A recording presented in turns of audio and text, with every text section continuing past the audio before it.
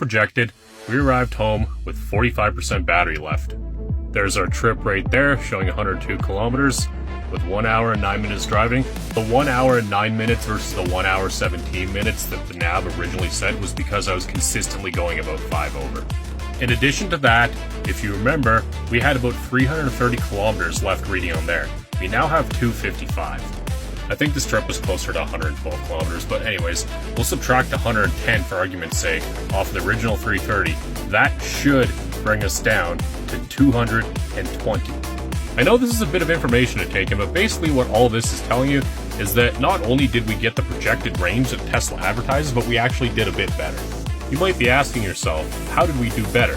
So once again, we'll do some simple math, right? So we had 60%, we now have 45, and the distance, as I mentioned before, was about 112 kilometers for that trip. You can go back and rewatch the video if you have to, but when we started it did say 112. For 45%, we started at 60%. 60 less 45 is 15. So 15 goes into 100 6.67 times. 6.67 times the 112 kilometers that we had driven equals 746.67 kilometers. So in summary, what this test tells us is that we can actually get quite a bit above the Tesla's advertised range if you do a modest speed. And yes, granted, I did not have the climate on, but just like any vehicle, climate will affect your gas or range mileage.